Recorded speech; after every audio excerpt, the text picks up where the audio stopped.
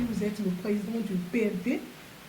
Depuis samedi, le PNP est sur toutes les lèvres depuis la manifestation le samedi. Aujourd'hui, le PNP avec la coalition CAP 2015 ont appelé les Togolais à une journée ville morte.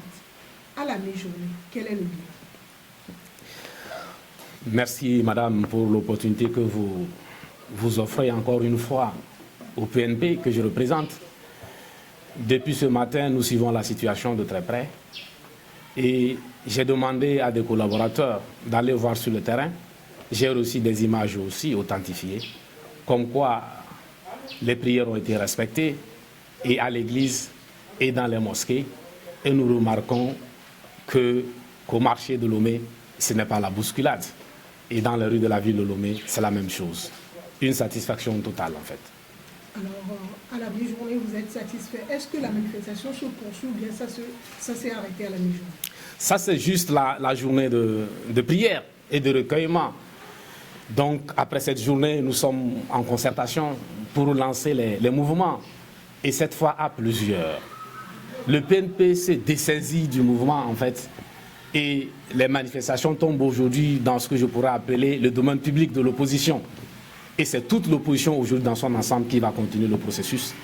Et ça, c'est ce que nous attendons en ce moment. Nous sommes en train de discuter. On va être ensemble dans les tout prochains jours. Certains Togolais pensent que vous ne deviez pas vous allier avec l'opposition traditionnelle, que ce serait une erreur de votre part. Soit ils vont vous voler la vedette, ou bien soit ils vont émousser l'ardeur des Togolais. Il n'y a pas de vedette à voler. Pour tout ce qui travaille dans l'intérêt du peuple, il n'y a pas de vedette à voler. Pourvu qu'on arrive au résultat. Moi, ce n'est pas la victoire qui m'importe. Pourvu que le peuple togolais arrive à se libérer de la dictature. C'est ce qui est plus important pour nous.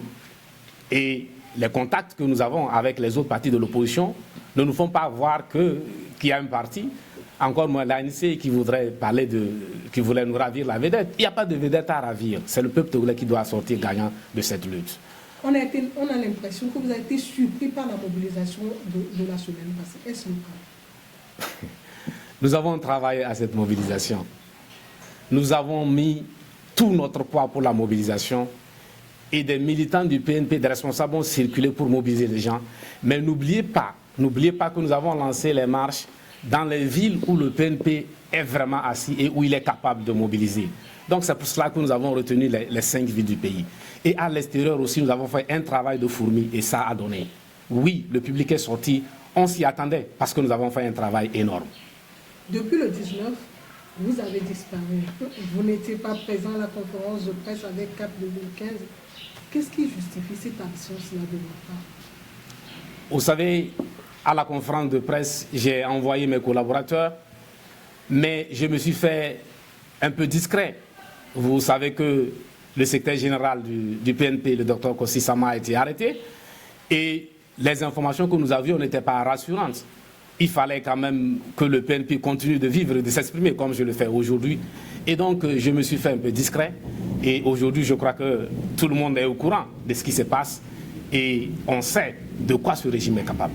Alors, vous confirmez les rumeurs selon lesquelles le pouvoir cherche à vous arrêter? Je crains pour ma vie, en fait. Je crains pour ma vie. Et pour qui connaît ce régime, ce n'est pas des hallucinations. Le ministre de la Sécurité a déclaré en tant que le Togo n'est pas le Burkina et qu'ils ne se laisseront pas faire. Quelle réaction vous suscite cette déclaration? Je ne sais pas pourquoi il continue de dire le Togo n'est pas le Burkina. Nous n'avons pas dit que nous allons faire la même chose que ce que les Burkinabés ont fait.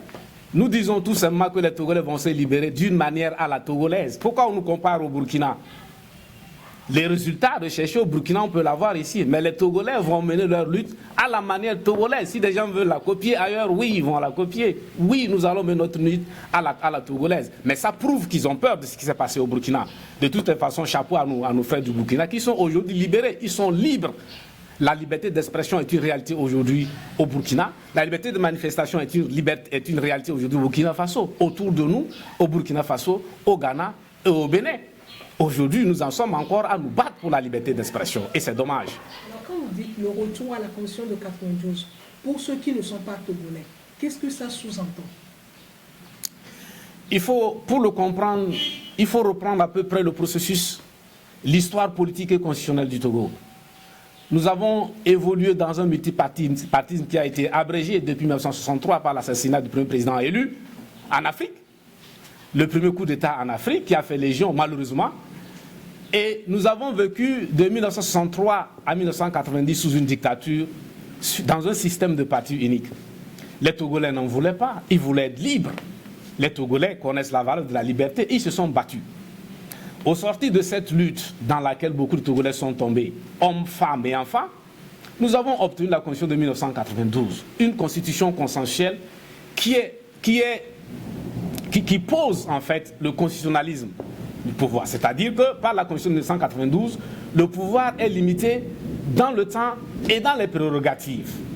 Mais à partir de 1992, le pouvoir en place par l'intermédiaire du régime, par l'intermédiaire plutôt du parti au pouvoir, le RPT, s'est employé à reviser, à charcuter, j'allais dire, cette constitution, à vider le système du constitutionnalisme. C'est-à-dire que désormais, nous avons une constitution qui ne limite pas le pouvoir dans le temps et dans les prérogatives.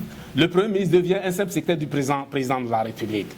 Et pire, au moment où nous avons signé, depuis 2006, les accords politiques globaux qui n'ont pas été mis en œuvre, aujourd'hui, on nous parle de compteur à zéro et on veut rédiger une nouvelle constitution. Les révisions répétées, unilatérales répétées, ne suffisent plus. Il faut confectionner une nouvelle constitution pour fort, une constitution sur mesure. Et cette constitution nous conduit directement dans la monarchie. Nous avons voté pour une république en 1992. Nous ne voulons pas qu'on nous offre une monarchie. Nous n'en voulons pas. Et pire, il y a le député Christophe Tchaou qui dit qu'il faut remettre le compteur à zéro. Ça veut dire qu'il faut préparer une présidence à vie au fils de Yadema, donc fort. Ça, nous ne pouvons pas l'accepter. Aucun Togolais ne peut l'accepter. Hommes, femmes, enfants comme grands.